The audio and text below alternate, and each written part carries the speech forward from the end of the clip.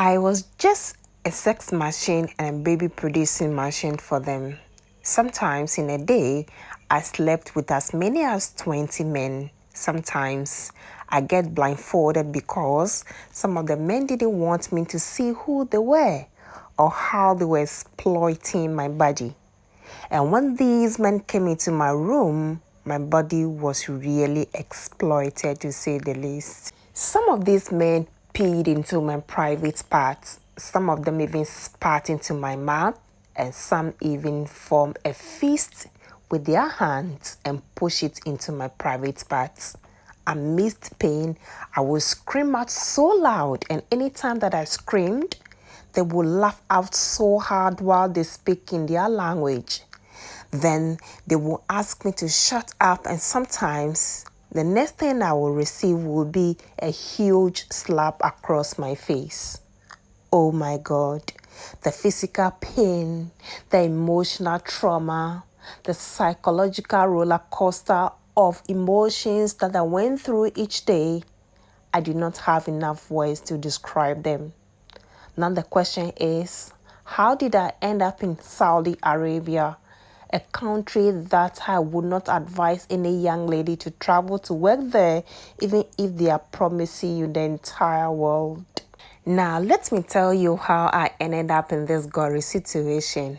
My name is Nubia. I used to work at a supermarket in the city where a lot of rich and influential people came to shop. And mostly, I took it upon myself to help customers who came to the shop by pushing their trolleys to their cars just so they could keep coming because of the good services or good customer service that we render them. Most of the time, they gave me tips for helping them, but I usually turn it down, telling them that it was part of that customer service. So I became quite popular for helping our customers in that particular supermarket. Then one day, a woman and her husband came to the shop, and as usual, I helped them with their items to their car. These people were Arabs. They came again another time, and I did help them like I did to any other customer who wouldn't reject my help. So one day, when they came to the shop again, I helped them with their items to their car. The lady asked of my name, and she told me that I was very dutiful and she really liked to work with me in her house, and she will pay me 3 times the amount that I was making in the supermarket. Well, because of the horrible stories that I have heard about how some of these Arabs treat Africans when they work with them, I was reluctant to go and work with them. But on their next visit, she and her husband approached me again about the request, and I told them I was still thinking about it. The woman then assured me that they were very kind people and I could leave their house anytime that I felt I was not being treated well. So because of the assurance that they gave me and the big money that they promised me, I went to their house to work for 6 months. During this period, I did my work as a nanny to their 2 children, and they treated me very, very well. They also paid the amount that they promised me, and I was really, really happy. Then one day, they had a meeting with me and told me that they were going back to their country, Saudi Arabia, and because I was doing my job very well in Tanzania, they would like to travel back with me to Saudi Arabia, where I will continue to take care of their children. And they also promised me that I'll make a lot more money in Saudi Arabia.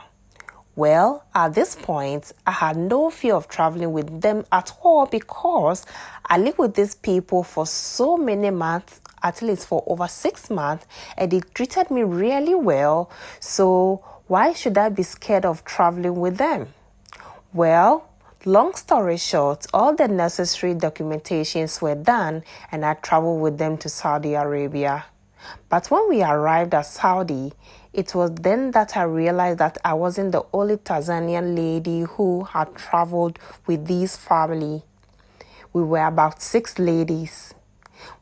On arrival, I got down from the bus and brought my luggage from the bus, and my bosses also brought their luggage. But the rest of the Tanzanian ladies that I traveled with were driven away. Where they were taken to, I still cannot say or cannot tell. But I realized that after a month after my arrival in their house in Saudi Arabia, I no longer saw the two children that I was taking care of. And so I asked my mother where the children were. And she told me that they had been taken to another house, and so my job description will soon change. Well, at this point, I was thinking that I was going to be working in their factory, as they told me that they own a chain of factory in Saudi Arabia. But what I didn't know was that my problem was just about to start and my life was about to change forever. So one day, my bosses came to my room and told me that I would be receiving visitors in my room, and I was to obey anything that they asked me to do. And when I made an attempt to ask who the visitors were and what exactly they'll be doing in my room, my boss asked me to shut up with an authoritative voice. This was the first time that I saw him use such a voice while talking to me. So fear immediately gripped me. Then he went on to say that if I hear any complaints about you from these visitors who will be coming to your room, you'll be sorry. And he banged the door behind him and he left my room with his wife. Not long after, an elderly Arab man came to my room and asked me to remove my clothes. What? Remove my clothes? I asked him. Why? He got angry, slapped me and asked me to undress, and looking at the rage in his eyes, I quickly removed my clothes without thinking twice. Then he had his way with me and left without saying a word afterwards. Then later in the evening, my boss's wife came to my room and told me that I would be receiving a lot more visitors, and so I should get ready. I then told her that that wasn't what they had promised me, but she told me that that was the main reason why I was brought, so I better psych my mind and myself for the days ahead of me. Oh my God. So these people have tricked me to leave my country to come and do prostitution here in Saudi Arabia. I began to cry. I was confused. I didn't know what to do at this time. Well, the following day, 3 different Arab men came to my room and they had their way with me. Then the next day, 3 more men came, and after 3 months in that house, I slept with over 100 men. Yes, over 100 men. But after 3 months in that house, I realized that I was pregnant and I told my madam about it. But that didn't prevent them from still bringing different men to come to sleep with me until the pregnancy was about 4 months. And when the belly began to show, the men suddenly stopped coming to my room to sleep with me.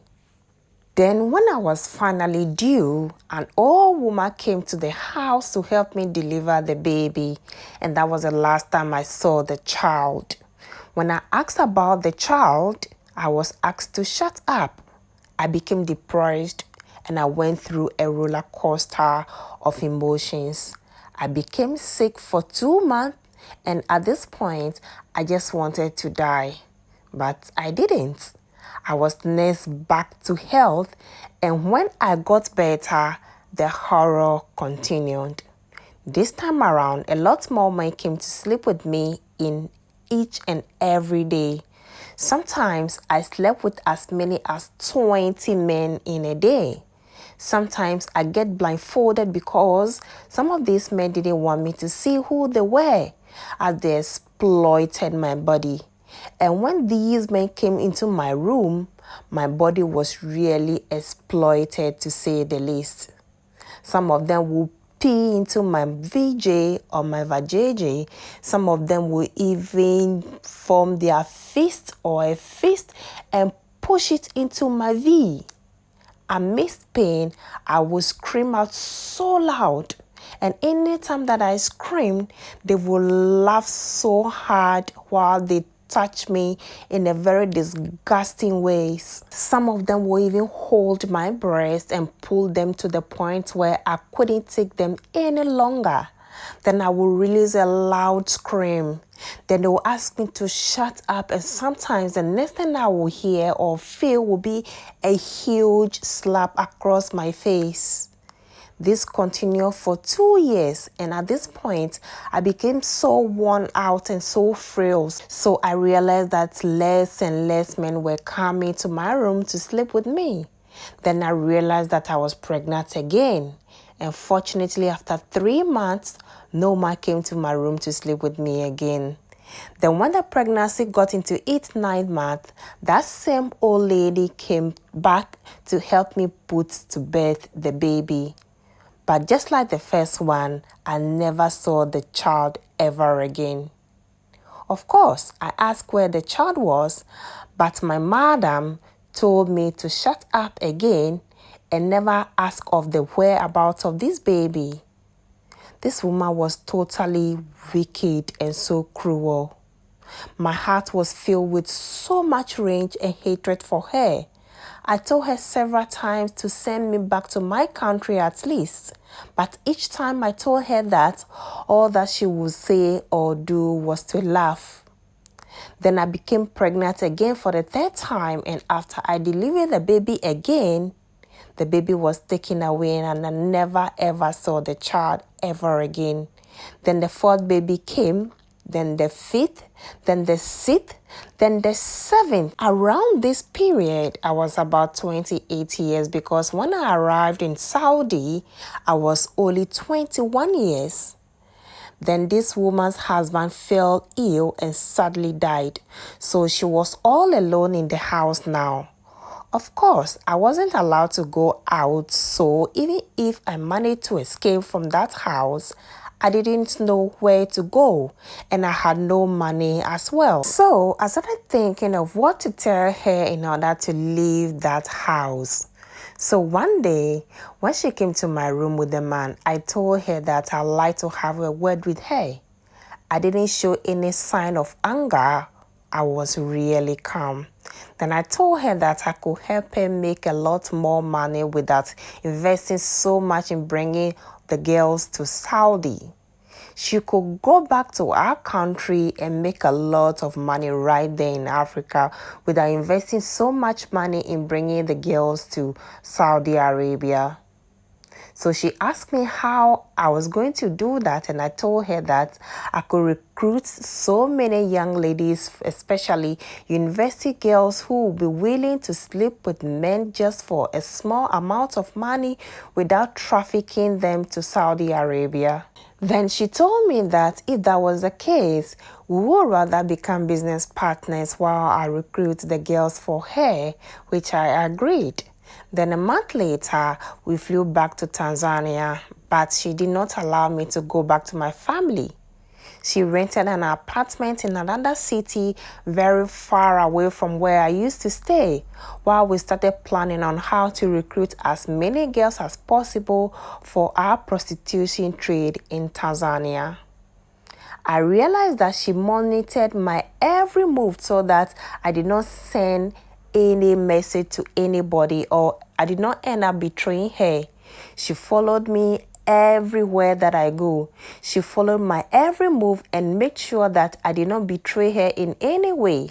She was always checking my phone just to make sure that I did not have any information that I could use to betray her or have her arrested. And whenever we're going to sleep, she would take away my mobile phone away from me so that I did not end up calling anybody. But of course, I was back in my country, my roots, the country and the soil where my umbilical cord was buried, so I knew my ancestors were with me and they won't put me to shame. So I was looking for the best time to strike. But of course, she had no idea because during this period, I totally won her trust, making her feel that I also wanted to make some money from this prostitution trade. Then one day I went out with her and I met one of my old schoolmates at a shop. She was beautifully dressed and was looking so good. So I told her in one of our native languages that the woman behind me was very dangerous.